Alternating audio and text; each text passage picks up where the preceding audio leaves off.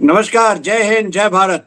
मैं commander Chakrapani checks एक बार फिर से the world this week decoding 24/7 और चैक्स सिंप्लीफाइज के सौजन्य से आप सबके साथ समक्ष हूं और मेरे साथ हमेशा की तरह है मेजर जनरल अभय कार्की। अभय, आपका बहुत बहुत स्वागत है। नमस्कार चैक्स।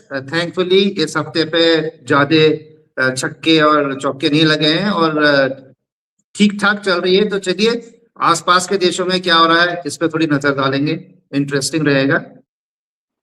बिल्कुल, और आसपास के देशों में ही अब चौके छक्के ना लगे, लेकिन हर बॉल में दो दो रन तो लग रहे हैं। अब देखिए, सर्गेई गौर ने एक वहां उनके पास एक बॉल आई थी, गुगली थी, लेकिन इतनी बेहतरीन तरीके से उन्होंने play back to the bowler करके आगे निकाल दी।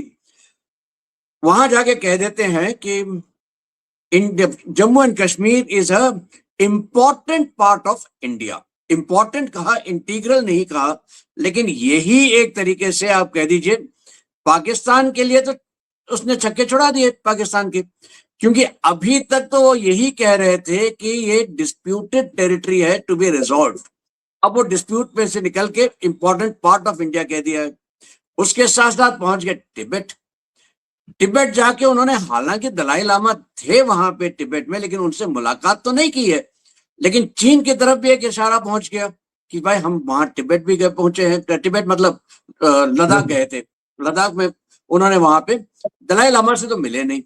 क्या देख रहे हैं आप इसको? और इसको देखिए, सबसे इंपॉर्टेंट बात यह है कि पाकिस्तान की जो अंदरूनी हालात है उनके साथ साथ अगर आप ये मिलाएंगे तो सर्जेई गौर की विजिट जो है वो कितनी महत्वपूर्ण है। क्या देखते हैं आप? जी, जैसे मैं देखता हूँ इंडिया और यूएसए के रिलेशंस जो हम मानते हैं कि सालों साल से अच्छे हो रहे थे और उनमें आजकल ऐसी खटपट आई है सैंक्शंस की वजह से, रशियन ऑयल की वजह से, कि कुछ पॉजिटिव न्यूज नहीं आ रही थी। तो जो सर्जेई गौर गए हैं और जो उन्होंने स्टेटमेंट दिया है, वहां पे स्टेट डिपार्टमेंट से पूरे अच्छी तरह से ब्रीफिंग के साथ आया होगा कि आपने ऐसा बोलना है। तो इन्होंने वहां जाके जो कश्मीर का इशू है उसमें इंडिया का पक्ष रखते हुए बोला है कि इम्पोर्टेंट पार्ट ऑफ इंडिया, मतलब दूसरी तरफ से देखे कि इंडिया कश्मीर का मालिक है। और ये तमाचा पाकिस्तान को इसलिए भी है क्योंकि पीओजेके में पाकिस्तान ऑक्युपाइड कश्मीर में जो आजकल ज्यादतियां हो रही हैं, उससे पाकिस्तान को, चाहे यूएनओ चाहे कुछ हो, उसको कहीं पे मुंह दिखाने के लिए जगह है नहीं, क्योंकि वो उसकी बर्बरता सब जगह से दिखाई दे रही है और इंटरनल सिचुएशन बाकी जगह में, जैसे हम पहले बोल चुके हैं, उसकी खराबी है। दूसरा, सर्जेई गौर जो है उन्होंने कमेंट नहीं किया, दलाई लामा से नहीं मिले, लेकिन लद्दाख गए हैं। ये चाइना को ये दिखाने के लिए कि हमने आपकी तरफ थोड़ा सॉफ्ट स्टैंड किया है, हम आपको इरिटेट नहीं करते हैं। नहीं तो कोई भी आ जाए, नैन्सी पेलोसी आ जाए, कोई भी आ जाए, वो सीधे जाते थे दलाई लामा से मिलने और चाइना जो था वो गुस्सा हो जाता था। तो ये वहां जाने के बावजूद दलाई लामा से नहीं मिलना, एक चाइना को उनकी तरफ से एक दोस्ती का हाथ है कि भाई साहब, मैं ईरान में इधर उधर सब जगह फंस गया हूँ। क्योंकि आपको याद है उसने ईरान के लिए 2 बार चीन से गुहार लगाई है कि आओ थोड़ा सी मेरी मदद कर दो। तो ये एक चाइना और यूएस का रीसेट आप देखें तो ये बहुत बड़ा है और ताइवान के लिए भी एक बड़ी खतरे की बात है। जी, बिल्कुल सही कह रहे हैं आप। और मुझे तो यहां तक भी लगता है कि शायद सर्गेई गौर जो हैं एक फैक्ट फाइंडिंग मिशन की तरफ से गए थे वहां पे, ये देखने की, खुद देख लें क्या हो रहा है कश्मीर में और इंडियन साइड ऑफ कश्मीर में, जो जैसा अमेरिकन कहते हैं वहां के हालात क्या हैं। इसीलिए देखिए, दो इंटरेस्टिंग चीजें हुई हैं। एक, उन्होंने जाके शिकारा में राइड की, उसके बाद आके बोला देखिए हमने जो ट्रैवल एडवाइजरी दी थी उसको रिव्यू करने का समय आता आ रहा है और हम उस ट्रैवल एडवाइजरी को डाउनग्रेड कर देंगे, क्योंकि देखिए जो इतनी खूबसूरत जगह है, अमेरिकन यहाँ आके बड़े खुश होंगे। एक ये हुआ। दूसरा, उनको डेफिनेटली ब्रीफिंग जरूर मिली होगी फारूक अब्दुल्ला की तरफ से कि देखिए वहां पे तो बहुत गदर चल रहा है। और एक तरीके से सर्गेई गौर ये भी देख रहे होंगे अगर किसी वजह से पीओजे के अलग हुआ तो हिंदुस्तान के का क्या रवैया होगा, वहां के लोगों का क्या रवैया होगा, और क्या इसमें अमेरिका हाथ डाल सकता है। और यहीं पे आती है दूसरा बात, आ जाती है ब्रिक्स और शी जिनपिंग की। शी जिनपिंग को ब्रिक्स में आना है दिल्ली, लेकिन उसके तुरंत बाद जाना है उसको अमेरिका, ये वॉशिंगटन में प्रेसिडेंट ट्रंप से मिलने के लिए। क्या ये आपको लगता है संकेत है अमेरिका को, चीन को, कि देखिए हमारे पास भी ऑप्शंस हैं, हम भी कुछ और कर सकते हैं, लेकिन जैसा आपने कहा अभी हम नरमी बरत रहे हैं। आप शी जिनपिंग के रवैये से जरा ये बताएं, आप क्या सोचते हैं? देखिए, आज की तारीख में अमेरिका जो है कंटेनमेंट ऑफ चाइना तो उसका मकसद है ही, लेकिन आज जिस हिसाब से वो फंस गया है ईरान में, और जिस हिसाब से उसकी स्टॉक पाइल्स का कमी हो रही है, डिप्लीशन हो रहा है, ये हम सबको ही पता है कि वो वहां से एक ऑनरेबल एग्जिट करना चाहता है। अब वैसे भी उसने लड़ाई बंद करके इकोनॉमिक ब्लॉकेट पे आ गया है। जहां तक जीपिंग का सवाल है, चाइना का भी अंदरूनी स्थिति बहुत ताकतवर नहीं है, लेकिन दोनों के दोनों जो है ट्रेड को नॉर्मल करना चाहते हैं, और उसी के साथ साथ चाइना ताइवान पर हावी रहना चाहता है, और यूएसए उसको साउथ से कंटेनमेंट के लिए भी इशारे देना चाहता है। सर्जिक, और अगर आप देखें साउथ एशिया के लिए यूएस की जो वो जो रिप्रेजेंटेटिव है वो एम्बेसडर टू इंडिया है, लेकिन वो साउथ एशिया कजाकिस्तान तक का पूरा इलाका उन्हीं के अंडर आता है, जो वहां की पॉलिसीज है वो बनाते हैं। तो अगर वो कश्मीर में गए हैं और उन्होंने कश्मीर की बात की है, तो उनके अंडर जो है पाकिस्तान ऑक्यूपाइड कश्मीर भी आता है, छछकाम वैली भी आती है, और बाकी जगह भी आती है। तो ये दर्शाना और ये बोलना कि इम्पोर्टेंट टू अस, वो ये दिखा रहा है कि पूरा का पूरा जो कश्मीर का खित्ता है, चाहे इंडिया या पाकिस्तान, उसके बारे में उन्होंने कमेंट्री दी है। मुनीर को ऑफ लेट अमेरिका थोड़ा किनारे कर रहा है, और शायद ये मुनीर के लिए भी एक चाबी है कि इंडिया का कश्मीर में हम जाके खुश हैं, आपकी तरफ वाला कश्मीर का जो हालत हो रही है उसके बारे में आप थोड़ा सोचें। जी बिल्कुल, बिल्कुल। और ये देखिए यहीं पे आते एक और बड़ी इंटरेस्टिंग डेवलपमेंट। 60 घंटे के दौरान इस टाइम फ्रेम में मोटा मोटी अगर रिपोर्ट्स को माना जाए, कुछ लोग कहते हैं 20 या 20 से भी ज्यादा मालवाहक हवाई जहाज टर्की और चीन से आए, और ये सब के सब लैंड करते हैं नूर खान एयरबेस में और मसरूर एयरबेस जो कराची के पास है, यहां लैंड करते हैं। कुछ हवाई जहाज ने तो मल्टीपल सॉर्टीज की हैं। एक तरफ से चीन कहता है कि देखिए ये हमारे हवाई जहाज जो थे वो आए, कराची में लैंड किया, यहां से वो चले गए इजिप्ट, क्योंकि वहां एक्सरसाइज में हम हिस्सा लेना चाहते हैं। अगर इसको हम सच मान ले तो भाई क्यों लैंड करने की जरूरत है, ये तो ऐसे हवाई जहाज हैं जो डायरेक्टली फ्लाई कर सकते हैं। टर्की अपनी तरफ से जो तरह से मदद दे रहा है, और मालूम है कि मक्का पार पैक्ट के बाद पाकिस्तान को काफी मदद मिल रही है, तो ये आ रहे हैं टर्की से भी, शायद ड्रोन, शायद एयर डिफेंस इक्विपमेंट, शायद और भी कुछ कमांड एंड कंट्रोल इक्विपमेंट के साथ। इंटरेस्टिंग बात दो है। एक, हवाई जहाज से ये क्यों आ रहे हैं? क्या इसका मतलब यह है कि पाकिस्तान में कोई इमरजेंसी है जिसके लिए आपको इसकी जरूरत पड़ रही है, कि आपको जल्दी से अब ये चीजें चाहिए? या क्या लगता है कि पाकिस्तान अटैक करने वाला है इंडिया को, इसलिए वो इमरजेंसी के तौर पे बहुत सी चीजें मंगा रहा है और उनको लगा रहा है अपनी जगह पे? दो तीन और अलग अलग चीजें हुई हैं।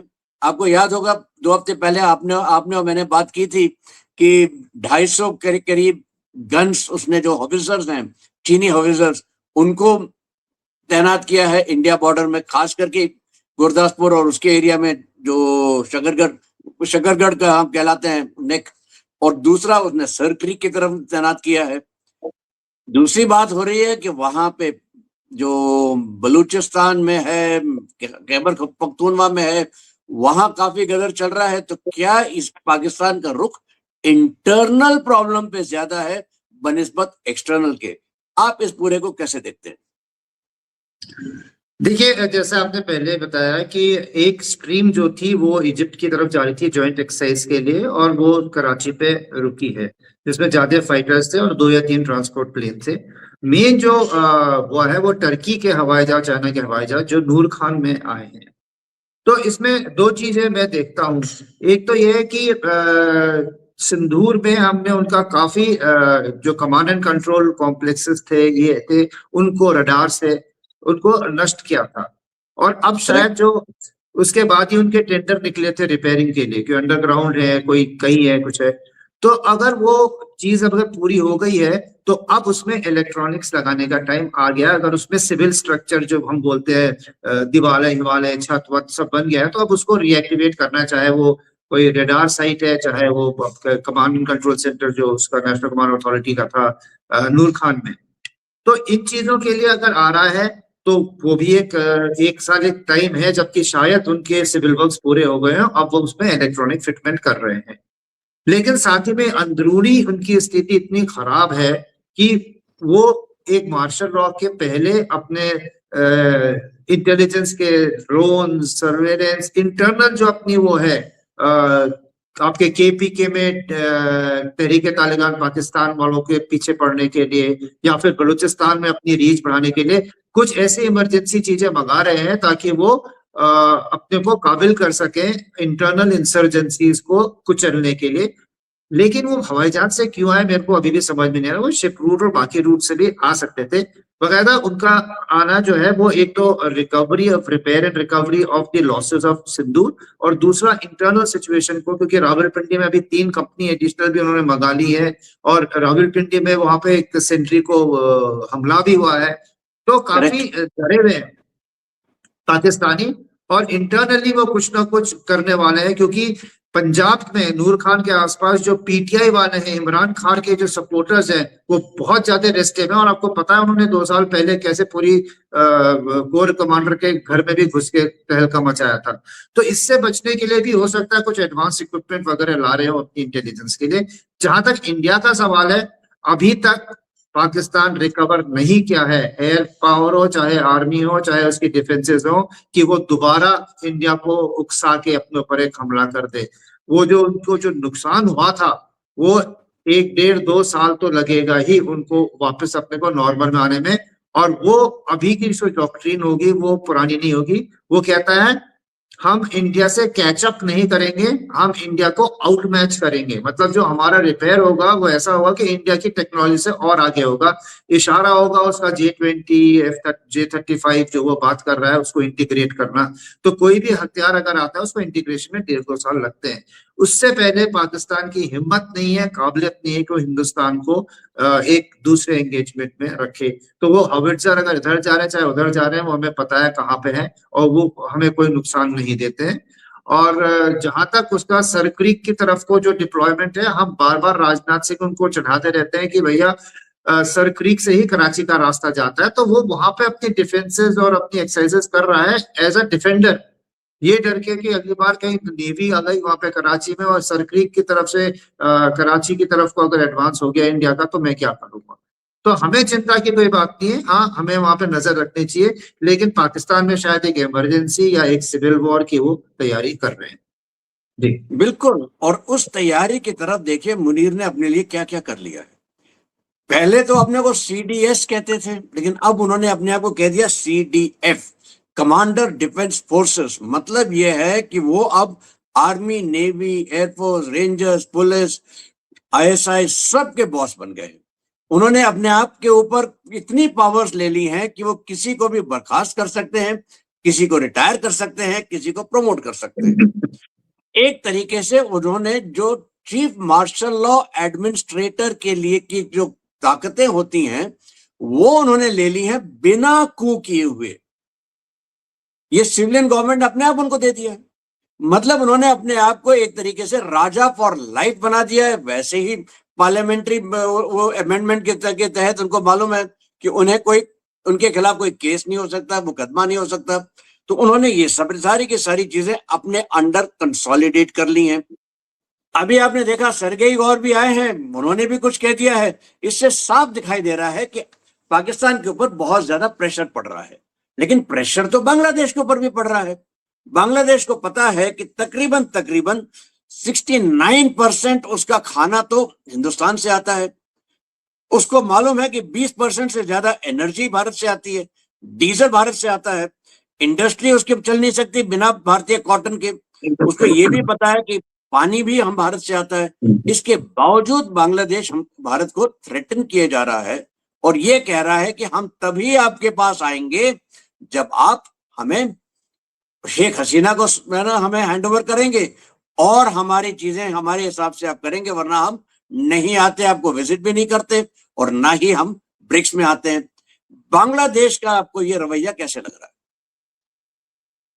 जी देखिए, जब ये पावर में आए थे तारिक रहमान, तो इनको जमायत वगैरह का भी बहुत सपोर्ट था।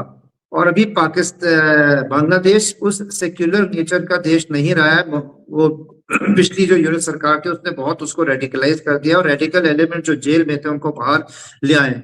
तो वहां की जो पॉलिटी है, अगर वो बोलता है कि बांग्लादेश फर्स्ट, उसका जो लेते प्राइम मिनिस्टर ने बोला था बांग्लादेश फर्स्ट, मेरे डिसीजन जो होंगे बांग्लादेश के हित में होंगे।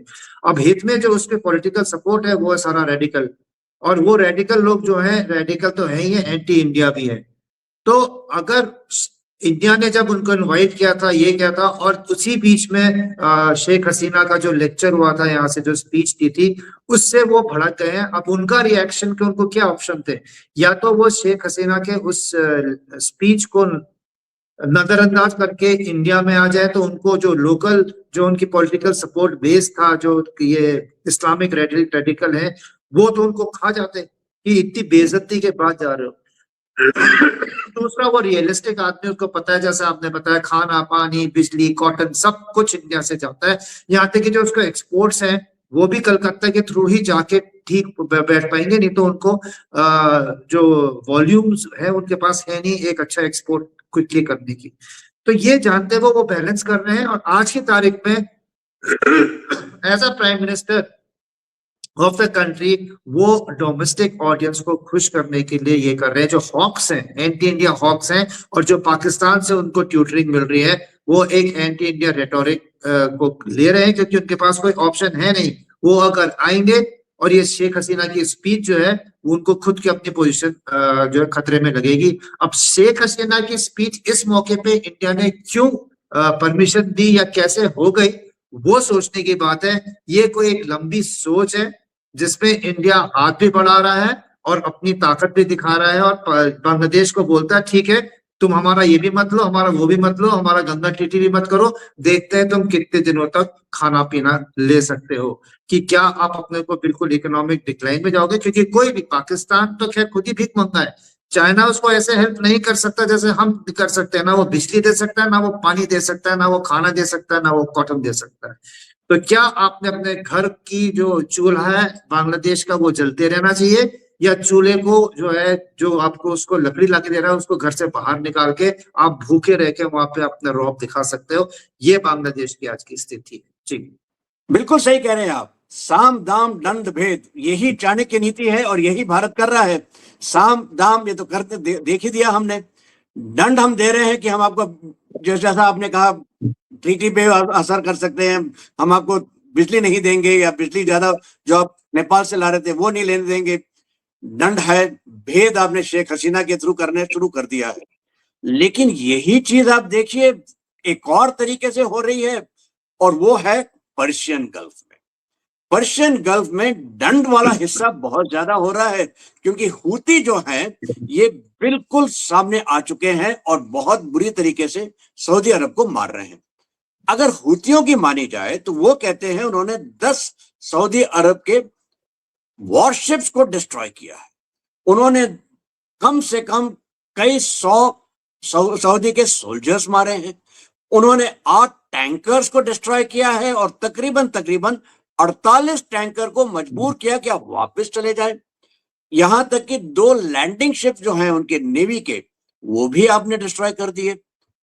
हूती ने उठा के देखिए कहां कहां बमबारी नहीं की। उन्होंने सबसे पहले बॉम्बी की ड्रोन्स के जरिए यानबू, जो उनका पोर्ट और रिफाइनरी है, रेड सी पे। उन्होंने जिजान, जहां पे रिफाइनरी है, वहां अटैक किया है। आभा, जहां पे पाइपलाइन जंक्शन है उनका, और निजार, जहां पे रिफाइनरी है। ये 4 जगह सऊदी अरब में है जो रेड सी की तरफ आती हैं। तो हूती ने तो वहां पे बहुत कुछ कर दिया है। बाब एल मंडेब को काफी हद तक रोक दिया, क्योंकि वहां पे जो डेली एवरेज बाब एल मंडेब का होता था वो मोटा मोटी करीब 70 जहाज रोज निकलते थे। पिछले हफ्ते ये घट के 19 पे पहुंच गया है। आप कैसे देख रहे हैं सऊदी अरब के ऊपर जो प्रेशर डाला जा रहा है हूतियों के जरिए, ईरान डाल रहा है ऑब्वियसली। क्या ये मक्का पैक्ट खास करके ईरान के खिलाफ था, या सऊदी अरब का कुछ और था? आप ये पूरे प्रकरण को कैसे देखते हैं? देखिए, इसमें जो हूती है, जैसे आपको सबसे पता ही है कि 3 H थे ईरान के, हिजबुल्लाह, हूती और हमास। हमास। इसमें से हमास और हिजबुल्लाह जो थे वो अपना उनका कोई देश या वो नहीं था, वो एक इरेगुलर फोर्स टाइप थे और वो अपना चला रहे थे। पैलेस्तीन कोई रिकग्नाइज स्टेट है नहीं, और लेबनान में जो है हिजबुल्लाह वो अपनी ही प्राइवेट आर्मी चला रहा था और वो अच्छी तरह से ईरान के कंट्रोल में थे। हूती भी जो है एक शिया होने के नाते ईरान का साथ दे रहे थे, लेकिन उनके भी नेशनलिस्ट एम्बिशन है, वो एक एज अ नेशन। यमन की जो सरकार है उसके खिलाफ हुतीस का चल रहा था, ईरान उनको बैक कर रहा था, और सऊदी जो है वो यमन की सरकार को बैक करता है। तो एक ये नेशनलिस्ट लड़ाई भी है, इसमें ईरान उनको मदद कर रहा है, लेटेस्ट हथियार भी दे रहा है अपने फायदे के लिए। लेकिन हूती के दो हिस्से, एक पेट्रियोटिक हूती और एक शिया ईरान के साथ जो उसके लिए काम कर रहा है। अभी तक इसराइल की शिपमेंट्स को उसने रोका हुआ था बाब एल मंडब में, रेड सी में, क्योंकि रेड सी को हूती डोमिनेट करता है। हूती जो है वो सऊदी अरेबिया के नीचे और बाएं की तरफ को है, और दोनों के दोनों हूती भी और सऊदी अरेबिया भी रेड सी को बॉर्डर करते हैं। तो इसमें जो गेट है रेड सी का, वो पे हूती बैठा हुआ है, गल्फ ऑफ ईडन पे वो बैठा हुआ है, और वो अब पहले तो वो इसराइल को नहीं जाने देता था, अब उसने सऊदी को भी मारना शुरू कर दिया है। तो ये अभी सऊदी अरब को एक खतरा है, और इसमें पाकिस्तान को एक खतरा है कि क्या वो भी कोई जो पैक्ट के हिसाब से सऊदी अरब पे जो हमला है वो पाकिस्तान के ऊपर भी हमला है, तो क्या पाकिस्तान हूती के अगेंस्ट अपनी फौज को लगाएगा? पाकिस्तान के अंदर वैसे ही इतने अनरेस्ट है, और शिया वहां के जो है वो पाकिस्तान गवर्नमेंट के अगेंस्ट है, जो कि सुन्नी गवर्नमेंट है और सुन्नी मिलिट्री है। तो ये देखने की बात है कि पाकिस्तान ने पहले तो मना कर दिया था, कब तक वो मना करेगा, और अगर वो मना करता है तो ये मक्का पैक्ट का फायदा ही क्या है। जी बिल्कुल, बिल्कुल।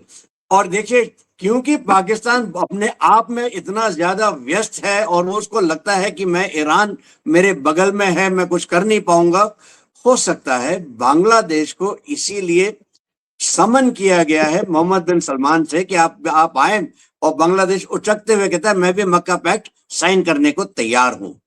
जहां तक पैक्ट की बात हो रही है वो अपनी जगह है, लेकिन अभय आपने तो काफी समय जापान में काटा हुआ है, आप जापानीज के साथ इन्वॉल्व भी रहे हैं काफी हद तक, और अभी अभी हमारे पास जापानीज के जो डिफेंस मिनिस्टर हैं शिंजिरो कोसुमी, ये आए हुए हैं, और इन्होंने जो है जो जॉइंट स्टेटमेंट पढ़ रहा था वो बहुत ही इंटरेस्टिंग है। लेकिन इससे पहले कि मैं कुछ बोलूं, अभय आप जरा बताइए अपने आप, क्योंकि आपको जानकारी मुझसे ज्यादा है पर्सनल बेसिस की वजह से, आप ये पूरे के पूरे प्रकरण को कैसे देखते हैं, Japanese foreign minister in India? जी देखिए, सेकेंड वर्ल्ड वॉर के बाद जो जापान था उसको अमेरिका ने फोर्स किया था कि आप कोई ऐसी फौज नहीं रखेंगे जो कि आपके देश के बाहर काम करे, आप एक पुलिस फोर्स या सेल्फ डिफेंस फोर्स से रखेंगे। और इसी को मानते हुए 80s 90s तक जो था ये पैसिफिस्ट कॉन्स्टिट्यूशन था, और इनकी डिफेंस स्पेंडिंग जो थी ये 0.9% ऑफ जीडीपी से ज्यादा नहीं बढ़ाते थे, जो उस टाइम पे वैसे भी बहुत ज्यादा होता था। लेकिन अमेरिका हमेशा इसके पीछे लगा रहता था कि तुम्हारी डिफेंस अब मैं कितने साल तक देखता रहूंगा। तो शिंजो एबे जब आए थे और इंडिया से दोस्ती बढ़ाई थी, तो फिर उन्होंने बात की थी कि अब हम थोड़ा खुलेंगे और बाहर भी हम रक्षा समझौते करेंगे। और अभी जब ये काउजेमी आई है अपनी अपनी नई प्राइम मिनिस्टर जो आई है सना, तो उन्होंने तो बिल्कुल खुलेआम बोल दिया है, और 2014 से बढ़ते बढ़ते अब 2% ऑफ जीडीपी इनका डिफेंस बजट हो गया है। इनके वहां डिफेंस प्रोडक्शन पहले होता था private industry, Mitsubishi heavy electric, Mitsubishi heavy industries, electric, Kawasaki, Hitachi, ये सब जो थे सबमरीन्स, वॉरशिप्स, टैंक, सब कुछ बनाते हैं, लेकिन इनको एक्सपोर्ट नहीं करने की इजाजत थी, तो वो सिर्फ अपने देश के लिए छोटा बनाते थे। इकोनॉमी ऑफ स्केल बिल्कुल नहीं थी, इनको नुकसान झेलना पड़ता था पेट्रियोटिज्म के लिए। अब चेंज स्ट्रक्चर में, पहली बात क्योंकि सेल्फ डिफेंस फोर्सेस थे तो इक्विपमेंट भी पूरा डिफेंस का था। अब क्योंकि उन्होंने बोला कि हम उसको नहीं मानते, तो उनको अपनी ऑफेंसिव कैपेबिलिटी, अटैक करने के लिए जो क्रूज मिसाइल, हथियार, ऐसी चीजें चाहिए, वॉरशिप्स, एयरप्लेन, उन पे वो जोर दे रहे हैं, इसलिए भी बजट बढ़ रहा है। और दूसरा, अपना प्रोडक्शन को इकोनॉमिकली सस्ता रखने के लिए वो एक्सपोर्ट मार्केट देख रहे हैं। और तीसरा, जहां तक कि चाइना का कंटेनमेंट है और इंडो पैसिफिक में फ्रीडम ऑफ नेविगेशन वगैरह का सिक्योरिटी है, उनको पार्टनर्स चाहिए, जो कि चाइना और रशिया दोनों से उनको खतरा है। तो उसमें इंडिया से अच्छा उनको कोई पार्टनर नहीं मिल रहा। हमारा लॉन्ग टाइम मैरीटाइम एंगेजमेंट उनके साथ है। और अभी जो आके बात हुई है मैरीटाइम सिक्योरिटी की, सर्वेलेंस की, sharing of intelligence, sharing of ports of all, और एक दूसरे को को production, R&D in Japan and production in India, ये सब कुछ एक बहुत बड़ा महत्वपूर्ण स्टेप है। और हमको भी वेस्ट की तरफ से और जो लॉन्ग टाइम सप्लायर्स है उनसे हट के एक आत्मनिर्भर भारत के लिए ये बहुत अच्छा मौका है। जापानीज टेक्नोलॉजी और हमारी मैन्युफैक्चरिंग मिलके दोनों के लिए बनाएंगी, स्केल भी होगा, एक्सपोर्ट भी होगा और आत्मनिर्भर भी बढ़ेगी। तो ये ऐसे में इसको देखता हूँ। बिल्कुल सही। क्योंकि देखिए, जापान का जो कॉन्सेप्ट है वो ये कहते हैं free and open Indo Pacific, और हमारा जो कॉन्सेप्ट है महासागर, ये दोनों में बहुत तालमेल है, बहुत सिमिलैरिटीज हैं। और इसी चीज की बात कोइजुमी ने की थी जब वो यहाँ पे आए। वो उन्होंने ये भी कहा कि हम जो मैरीटाइम अवेयरनेस हम करना, डोमेन अवेयरनेस करना चाहते हैं, इससे एक मैरीटाइम डोमेन अवेयरनेस सेंटर हमारा भारत में जो है वो गुड़गांव में है, वहां भी इनके ऑब्जर्वर्स होंगे और हमको मिल जाएगा पूरा का पूरा maritime awareness from Pacific Ocean to Indian Ocean. तो आपने ये पूरा एरिया कवर कर लिया। तीसरी बात, जैसा आपने बिल्कुल सही कहा है, टेक्नोलॉजी जापान, जहां तक कि मैन्युफैक्चरिंग और खास करके इकोनॉमीज ऑफ स्केल वो भारत, और पैसा अगर चाहिए हो तो शायद यूएई भी इसमें इंक्लूड आगे चल के हो सकता है। तो आपके पास ये एक बहुत बेहतरीन ट्रोइका बन जाएगा, जिसमें आपको दिखाई देगा कि एक ये ऑल्टरनेट बन जाते हैं चीन और अमेरिका के बीच में। और ये तीनों के लिए जापान और भारत का हमेशा रहा है कि हम नॉन एग्रेसिव रहे हैं। बिल्कुल सही कहा है आपने। तो माय डियर फ्रेंड्स, ऐसा है, इस हफ्ते में जैसा हमने कहा कि कोई खास छक्के चौके नहीं हुए, लेकिन इक्के दुक्कों, एक रन, दो रन, तीन रन से ही जो है बाजी जीती जाती है, वही चीज इस हफ्ते हुई है। एक तरफ आपको दिखाई दे रहा है कि मक्का पैक जो है वो अपने आप में फेल होता दिख रहा है, क्योंकि पाकिस्तान वहां पे ढीला पड़ रहा है। टर्की के बिल्कुल बगल में एक एयरबेस है जहां पे इजराइल ने ठोक दिया, तो वहां पे जो है टर्की के ऊपर एक तरीके से अटैक है, लेकिन मक्का पैक ने कुछ नहीं किया। लार्जर मैसेज सर्जेई गौर का विजिट का जो है वो तो यही बनता है कि देखिए, हम प्रिपेयर कर रहे हैं, पाकिस्तान लुढ़केगा तो हम क्या करेंगे, और चीन को मैसेज दे रहे हैं कि आप संभल जाइए, हम आपके साथ नरमी दे रहे हैं, दिखा रहे हैं अभी, लेकिन कल हम सख्त हो सकते हैं। ये एक तरीके से बार्गेनिंग चिप्स की तैयारी हो रही है जब प्रेसिडेंट शी जिनपिंग पहुंचेंगे अमेरिका। भारत के लिए क्या है? भारत के लिए तो यह है कि ब्रिक्स में जब अगर जी जिनपिंग आते हैं तो वो क्या रुख लेंगे और हमें क्या दिखाना है, और अगर वो नहीं आते हैं तब हम किस तरह से यहाँ पे हावी हो सकते हैं, अपना एजेंडा आगे कर सकते हैं। हमारे सामने तो बिल्कुल साफ साफ चीजें दिखाई दे रही है, और वो है कि हमको विकसित भारत की तरफ जाना है।